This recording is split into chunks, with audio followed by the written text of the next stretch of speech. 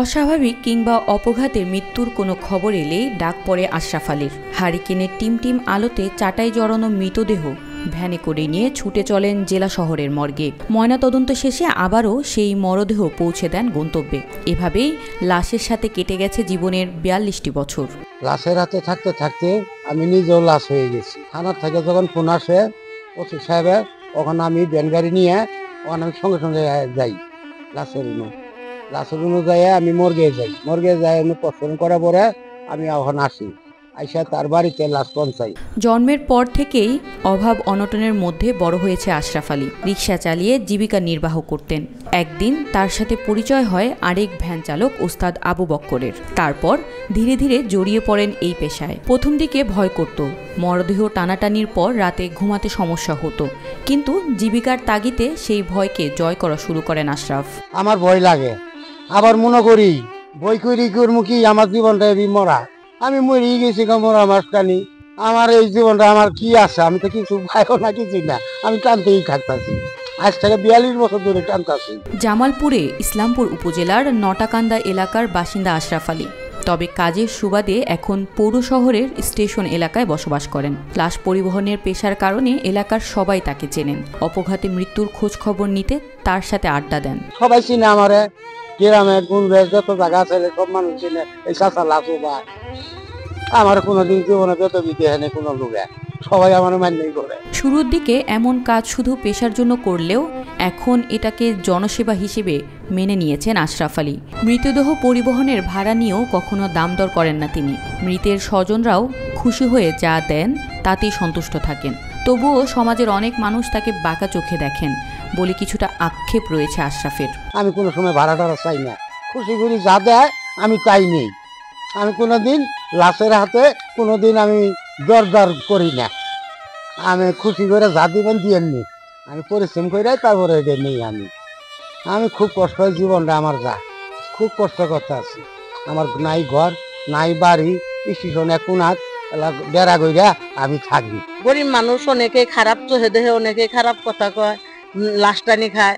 এর কি আছে, এর সাথে ভালো করে কেউ কথাবার্তা কয় না, ভালোভাবে চলাফেরা করে না। বয়স বাড়ার সাথে সাথে শারীরিক শক্তিও কমে যাচ্ছে আশরাফ আলীর। তার ভ্যান গাড়িটিও সেই পুরনো আমলের প্যাডেল চালিত। মরদেহের ভার বহন করে নিয়ে যেতে এখন বেশ কষ্টই হয়।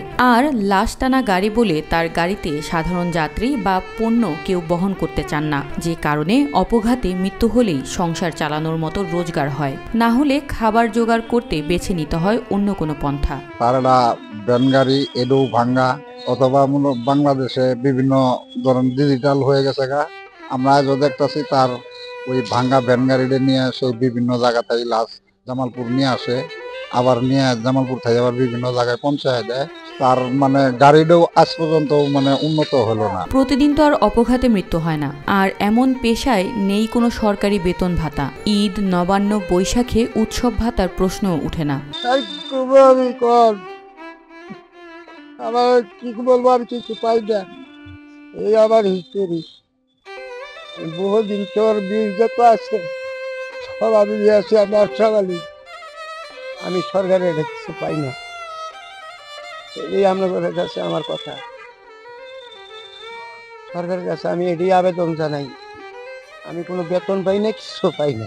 ধর্মীয় অনুশাসন মেনে বিশ্বস্ততার সাথে মানুষকে সেবা দিতে দিতে এই পেশা এখন অনেকটা নেশার মতো হয়ে উঠেছে বলে জানান আশরাফ আলী। দাম্পত্য জীবনে স্ত্রী ও 2 ছেলে মেয়ে রয়েছে তার। এমন বৈচিত্র্যময় পেশায় থাকার কারণে বেঁচে থাকার লড়াইয়ে অভাবের সাথে প্রতিনিয়ত যুদ্ধ করতে হয় তাকে।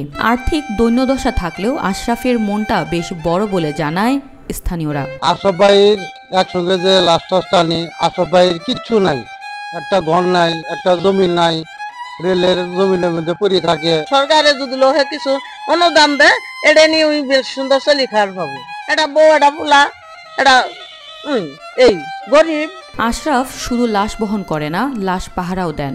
লাশ নিয়ে আশরাফের অসংখ্য ঘটনা রয়েছে। ইসলামপুর থানার ভারপ্রাপ্ত কর্মকর্তা সুমন তালুকদার জানান, লাশ নিয়ে আশরাফের অনেক অভিজ্ঞতা তাদের কাছে ভৌতিক গল্পের মতো মনে হয়। তবে সরকারি কোনো ব্যবস্থা না থাকলেও পুলিশ প্রশাসনের পক্ষ থেকে আশরাফকে মাঝে মধ্যে সহযোগিতা করা হয়। জরাজীর্ণ ভ্যানটির পরিবর্তে নতুন ভ্যান দেওয়ার উদ্যোগ গ্রহণ করা হয়েছে বলে জানান এই কর্মকর্তা। আপনারা জানেন, অনেক সময় আমরা ডিকম্পোস্ট লাশ পাই, এগুলোতে কেউ ধরতে চায় না। আশরাফের ক্ষেত্রে আমি কখনোই এই জিনিসটা দেখি নাই যে তার ভিতরে কোনো ধরনের কোনো জড়তা কাজ করছে। সে পরম মমতায় একটা লাশকে, সে ধর্মীয় অনুশাসনগুলা মেনেই সে লাশটাকে বা ময়না তদন্তের জন্য তার মাধ্যমে আমরা প্রেরণ করি। তো এই বিষয়টি নিয়ে আমি উপজেলা নির্বাহী অফিসারের সঙ্গে কথা বলেছি এবং উনি খুব দ্রুতই একটি ভ্যান গাড়ির ব্যবস্থা করে দেবেন বলে আমাকে আশ্বস্ত করেছেন।